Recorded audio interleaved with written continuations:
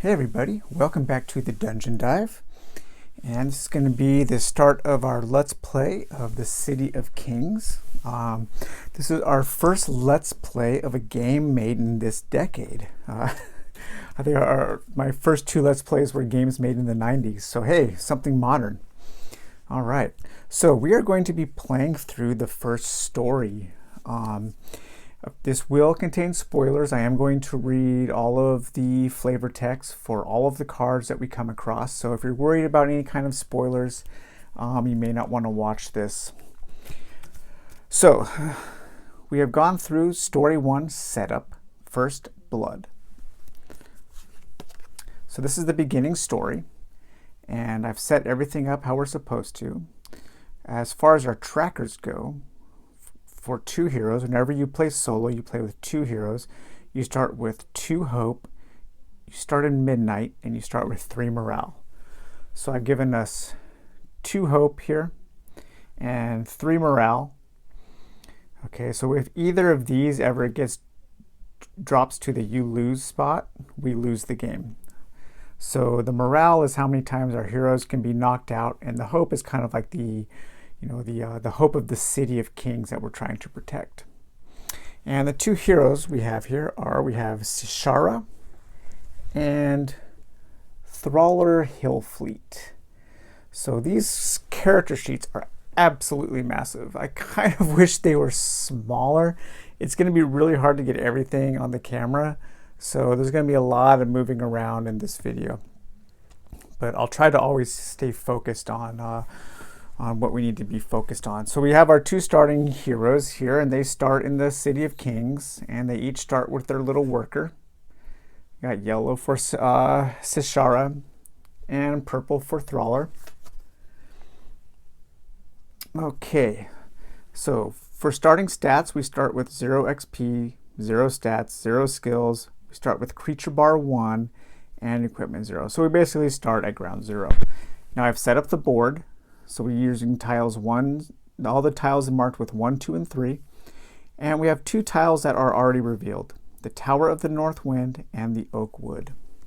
So the Tower of the North Wind is up here, and the Oak Wood is right there. And we have all the other things set up. There's our enemies, our enemy stat sheets, our banners. We have our skill cards to purchase, our trade districts, and our quest hubs. Okay, so I think we're ready to just get started in playing. I think I know the basic rules okay. We might have to look some stuff up as we go, maybe learn a little bit as we go. And once again, I want to remind people, never use the videos in my channel as how to play videos. That's not what I'm trying to do. I'm not trying to get all the rules 100% perfect. I will definitely make lots of mistakes. You guys can point them out if you want to. As long as you're not jerks about it. No, just kidding. I know. What am I saying? No jerks on YouTube? Yeah, right. But yeah. So yeah, feel free to point them out because I know I'm going to make them. I always make mistakes when I play games. I'm not the best rules guy. So my playthroughs are always just going to be more for theme and for hopefully some kind of entertainment value, not to teach the game. All right. So we're at Story 1, Chapter 1. Oak Wood. So this will give us our setup for what we're going to do. Chapter 1, Oak Wood. In the City of Kings Council Chamber, an urgent message arrives. The City Council is busy, and the low stone benches are packed with the leaders of every race, summoned here by the Earthshaker. They look uncomfortable in his vast, perfectly circular stone hall. None has set foot in here before, and there is something too precise, too symmetrical about the geometry that defies mortal eyes. But this place was not built by mortal hands, nor does it house normal beings. You are summoned here because Cloud Keep has fallen. A force of trolls on flying monsters has ousted the winged Vedorans. All throughout the lands, orcs, trolls, and worse have appeared from the dark corners. Calamus I has opened the gates of the closed city to the leaders of the free races, and scouts have been sent out. We begin at Oak Wood, where someone reported seeing the nearest enemy encampment. Okay, so here is our objective for Chapter 1. travel to Oakwood. At least one hero must be on the map when the story resolves. So when we get to Oakwood, we will get to draw 2 items to add to the quest district. And items are added here, and they can be purchased anytime we're at the City of Kings or another shop on the board if we have the resources to do so. So right off the bat, I really like the writing in this game. It's actually very good. And so what we're going to be doing is, all we have to do to complete this chapter is we have to get at least one of our heroes over to Oakwood. Doesn't look too difficult, right? Okay, so we're going to start off with Sashara. She will be our first player. And then the first thing we do is we have a round summary here. Is we check to see if we have resolved the story. We have not. We're not at Oakwood, so we move on. We move the time tracker. The time tracker, we started at midnight, so we're going to move it 1 space forward, and we're at early morning. Now, if you're at, depending on where you are, these elements will change on the map if there are any out. Right now, we don't have any out, so nothing happens. Okay, and now it's our player's turn. So Sashara is going to be the first player, and we have 4 actions here for her. So let's see, I'm going to go ahead and move her. And our movement is a starting value of the lower 2. Now, one thing about movement is you can move into an unexplored space, but you cannot move through an unexplored space. So I'm going to just move 1. Okay, then I'm going to spend my next action on explore. So we're going to flip this over and we're going to see what we get. The Granite Halls, a resource place. All right, so this is a place that we can send our workers to gather resources. That is actually really nice that it's right by the City of Kings, so we can take our resources back and add them to our stock. Okay, so that was my second action for explore. Now I think my third action, I'm going to go ahead and send my worker out to the Granite Halls. And then for my final action, I am going to mine at the halls. So we take one of the resource dice, it's pointed there, and that's what we can mine. We can mine ore. And my stat on my worker is at 1 for gathering. So I roll 1 blue die, and that was the worst possible roll. We have a, what is that, presence I think it's called. So we have these, or whenever you add one of these, so this is kind of like we have gathered, we have drawn the attention. That's what these are, attention markers of the evil. So we rolled an attention icon, we put an attention space there. So kind of like the Eye of Sauron is staring at that spot. Anytime we would add our 4th attention marker, a monster spawns there. So we didn't get any resources, and we used all 4 of our actions for Sashara. So now we're going to go over to Thrallr. So I think Thrallr is going to spend his first action to move. Okay. Oh, by the way, I really love these standees. This is really cool art. So he can move 2, so I can move here, and then I can continue to move him here. I will spend my next action to explore. And I find the Quiet Sea. This is a resource spot where we can fish for fish. Okay, now I want to try to get some ore. So I'm going to do the same last 2 actions as I did before. I'm going to move Thrallr's worker there, and then I'm going to mine for resources. And look at that, 3. That's the best roll. So we get 3 ore.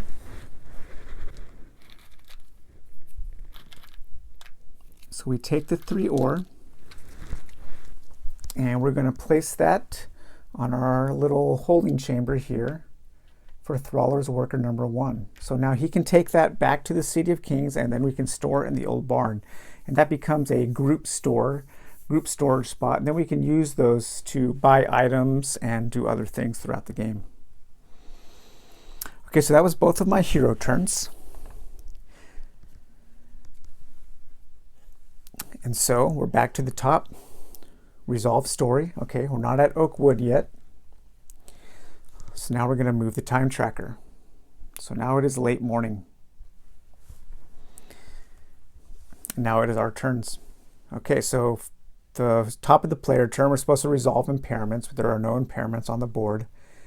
We're supposed to activate creatures, but there are no creatures activated right now. And now we do our hero turns. Let's see here. Well, I think I'm going to, I'll go ahead and move Sishara. So I'll move 1, 2. Okay, and then I will spend another action to explore. And we find Olston's Way, a quest. All right, so when we reveal a quest tile, we draw a quest card. Oh, that's a trade. We draw a quest. And now let's see what kind of quest we get. So this is a group quest, and it's a kill quest. They shall not pass. There is a raiding party approaching from just north of here. We cannot let them pass. Otherwise, we'll never be able to take back this region of the world. Head them off and defeat them. Okay, so we have two options here. Option A, we can set up one creature and defeat it. And for a reward for that, we would get 1 experience. Option B, we can set up one creature and defeat it. The creature has an extra medium ability, which makes them quite a bit more difficult. And for that one, we get 2 experience and 1 item. I do not want to, I don't think I want to face a really tough creature right now, because I'm still not sure exactly how hard the creatures can get. So we're going to set up one creature and defeat it. So the way we set up creatures is, first we just kind of draw the top tile of the creature deck. Now the creatures in this game are kind of generic. We're not going to be fighting like singular enemies really until we reach the bosses. But it's nothing like Warhammer Quest or anything like that, where each enemy has its own distinct personality. These are kind of like groups of enemies. This is kind of more of an abstracted, like grand, kind of epic game. So our first group of enemies, or the enemy that we're fighting, is from the Grimner. Let's read their little backstory here. The Grimner. Once creatures of the southern plains, the large Grimner are covered in bristly fur, marked and scarred by the many attempts to stop their devastating stampedes. Barely able to do more than grunt, they proudly wear their scars as a sign of dominance. Their herd chiefs covered in broken spears. They have been bred and mutated by Vesh to become mounts for other creatures, or to be driven, snarling and enraged, through enemy battle lines. Again, the writing is quite good in this game. So we're going to add this to Sishara, because she's the one who's setting up the creature, so she's going to activate it. And then we start at 1 for their stats, and then this tells us what the creature is. So this creature will have 3 health. It draws 1 ability from the easy deck. It heals itself for 1. It attacks the primary target for 1. Then it attacks everybody, including the primary target, for 1, within a range of 2. And if we defeat this creature, we get 2 experience, plus our reward for the quest. So now we grab the standard, put that into a little holder there, and that is where the creature is. And now I'm going to take our bag here of monster ability tokens. Again, these bags are really nice. And I'm going to draw randomly our first creature ability, which is Panic. Now, I do not know what Panic does. There's a ton of abilities, so I'm going to look up in the quick reference real quick to see what Panic does. Okay, panic. All heroes within range of the creature draw one position card each and move to the marked spot. Each hero travels through every map tile on their way, taking damage from fire and triggering poison as they travel through. Okay, so this creature kind of like scares the heroes away. And I'll go over the position cards when we get to that. Okay, however, we still have 2 actions left for Sashara on this turn, so we can attack. So he only has 3 health, and we can attack or heal twice. Our attack value and our heal value are up here. Now right now we're still at level 1 on each, so each time I attack the creature or try to heal a hero, I do so for only 1. So what I'm going to do is I'm going to spend 1 action to attack. Okay, I'm going to put the health at 3. So I hit that creature for 1, down to 2, and I'm going to spend my final action to attack again. So that creature has 1 health point left. And it does not activate because it only activates at the top of the controlling player's turn. Okay, so now we're back to Thrallr. So Thrallr has a range of 1 here. So that means he can attack in his square and then also up to a range of 1. So I can attack the creature from this square with Thrallr. And that's what I'm going to do. I'm going to spend my first action with him to attack, and that takes off the last health of that creature. That creature is dead. Put that token back. We will discard that creature, and now we will get our rewards. And we get 2 experience for that, and also we get 1 for the quest. And now the next time we face an enemy, it's going to be level 2. And the difficulty of the creatures really ramps up in this game. So that's 3 XP we're going to get. So we're going to go to our XP tracker, and we're going to go up to level 1, level 2, and level 3. Now if you see here, we passed 2 green cubes on our tracker. That means that each of our heroes can upgrade 2 of their stats, either their primary stats, their secondary stats, or their worker stats. So we have health, attack and heal, we have range, movement, luck, which luck lets you, each point of luck that you have lets you roll the lucky die. And you know what? I should have rolled that on both of these attacks, I think. I'm gonna have to double check that, but for the next part of this game, I will make sure. I think we roll that because we do have a 1 in luck. Okay, and then we also have our worker stats, which are move, gather, and scavenge. If we ever get any of those up to level 4, we unlock our second worker. If we ever get any of our primary stats up to level 8, we unlock the head spot on our gear. And if we get it up to 10, or I guess on this one on 7, then we also unlock our arm spot. So for Sashara, I can update 2 stats. I'm going to go ahead and upgrade our max health to 5, which also upgrades our current health to 5. And then I think I'm going to have her focus on healing for a bit, so I'm going to upgrade her healing. And I'm going to do the same with Thrallr with his health 5, and I'm going to upgrade his attack power to 2. Okay, that was an interesting turn, but I still have 3 actions with Thrallr. I think I'm going to spend 1 more action as on a work spot, so I can maybe get some more ore here. 2. So I'm going to take 2 more ores.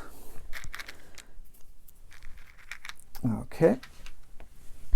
Now I have 2 more actions left. I'm going to move his worker back to the City of Kings. And I'm going to empty the contents of the worker's hold. So I've got 1, 2, 3, 4, 5. Okay. And so we're going to put that at 5. We have now 5 pieces of ore, and I'm also going to remove the creature standard. And now I have 1 more movement. Well, let's just move Thraller because he has a movement of 2. So he can go 1, 2. And that puts him in Oak Wood. So we're at the top of the round now, and we resolve story. So our object was to travel to Oak Wood. At least one hero must be on the map tile when the story resolves. We're at Oak Wood. Both of our heroes are on the map. So we have completed chapter 1. And our rewards are 2 items that we can add to the trade district. So let's see what we get.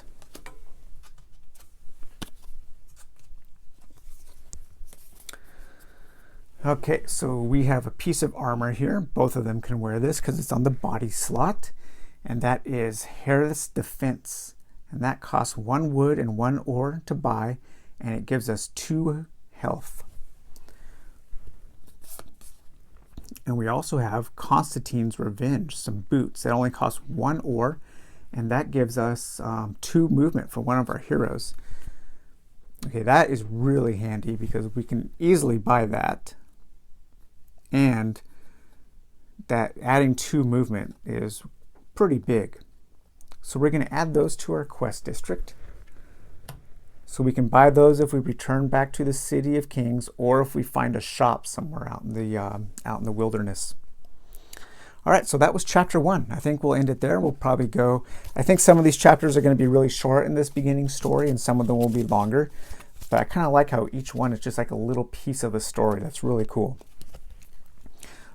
All right, so I'm going to check that rule on the luck dice. I'm pretty sure that we do get to roll it right away. And we'll make sure to do that right next video. So, all right, well, I hope you guys enjoyed my first playthrough video of City of Kings. I'll kind of give you guys an overview of the table here each time after we're done. So, all right, we'll have a good one, and we'll talk to you next time. Bye-bye.